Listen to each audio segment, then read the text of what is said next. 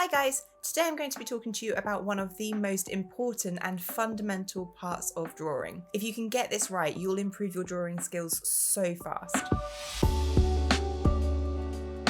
I'm going to show you 3 different ways that you can create an outline, and I highly recommend trying all 3 of these ways because you may find that one works better for you than another. The first method I want to talk to you about is the grid method.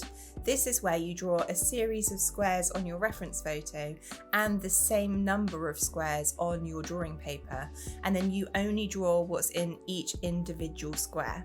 So I've used Photoshop to create a grid on my reference photo, but you could either print it out and draw the grid yourself, or there's loads of free software that you could use to do the same. I'm then counting how many squares I've got across and down on my reference photo and creating the same number of squares on my drawing paper.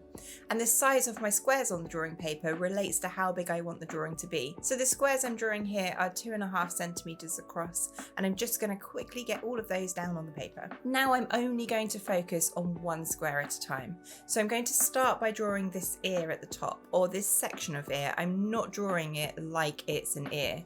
I'm only drawing the shapes. So I'm going to start off by counting which square I need to draw in. So this ear is 5 squares from the left and 2 down. And I want to look at where the line meets the edge of the square.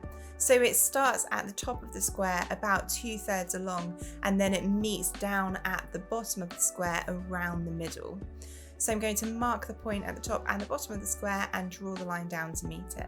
I'm also checking if it's a slightly curved line or if it's a perfectly straight line and trying to replicate what I can see in that square. So I'm just going to work around each square doing exactly the same thing.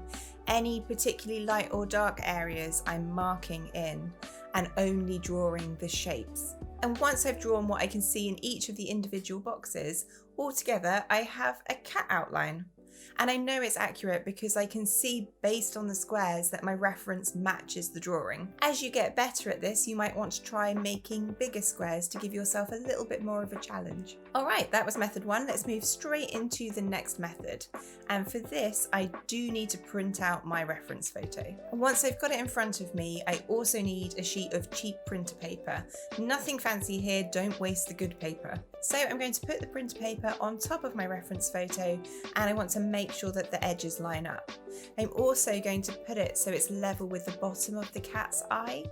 That's because most of the features are above this point on this picture. And what I'm going to do is put little markers either side of all of the important features. So I'm lining up with the edge of the eye and drawing a line down from that point and making a little mark on my printer paper. And I'm doing that for all of the points. It doesn't matter how high or low on the picture the marks are because we will sort that out in a second. So once I've got all the points marked out, I'm going to transfer this onto my drawing paper. So I'm going to lay the printer paper on top of the drawing paper, once again matching up the edges. And it is as simple as drawing these marks onto the paper. I am trying to get the height roughly right. Where I've drawn the edge of the ear, I'm putting that a bit higher than the eye that I know is right by the paper. But the actual accurate heights we will be doing in a second. Now, as far as how many marks you should make on the printer paper, that's completely up to you. You can make as few or as many as you like. And you can always make some marks and transfer them onto the drawing paper and then come back and do some more. So once you've got the horizontal marks onto the paper, the next thing to do is to make the vertical marks. And I'm going to do exactly the same thing. I'm going to line up the side of my paper now, and I'm going to put it level with the edge of the cat's mouth because all of the features are over to the right from this point. And once again, I'm going to mark along the edge all of the heights of those same key features. So I'm putting the top of the eye and the bottom of the eye. I'm going up to the ear as well and just marking them all along. And then once I've got all of those marked out, I'm going to transfer it onto the drawing paper in exactly the same way. And you should find that your horizontal markings and your vertical markings are starting to meet, and you're getting crosses on the edges of your key features. So now you know you've got the correct proportion and placement for the eyes, for example, you can start to draw in the actual shape. And you just want to look at your reference photo and really try and copy the shapes. You want to draw the shapes and the curves that you can see rather than consciously drawing an eye.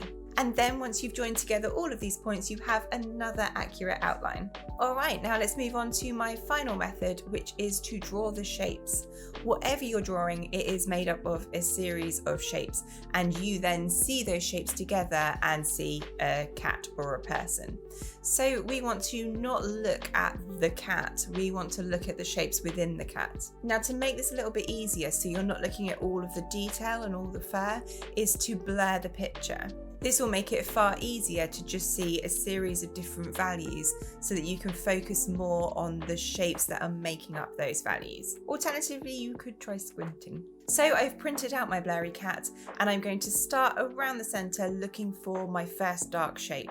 And I'm going to draw around that dark shape with this white pen just to make it a little bit easier to see. Now, when you're drawing your shape, it's going to make it far easier if you draw with straight lines rather than curved lines. For example, if you were trying to draw a little curved section, it would be easier drawing this as a couple of straight lines rather than a curve. It'd be very hard to get the perfect curve going exactly in the right way.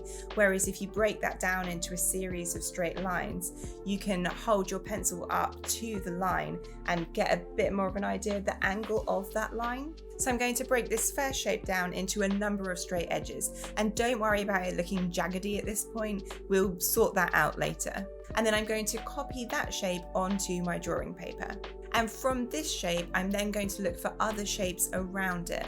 And I'm just going to work out from this point out to the rest of the cat.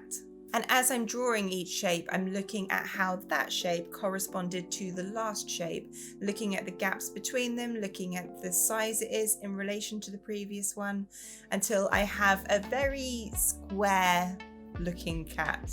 But I am confident it's in proportion. So once I've done that, I can then start softening things up.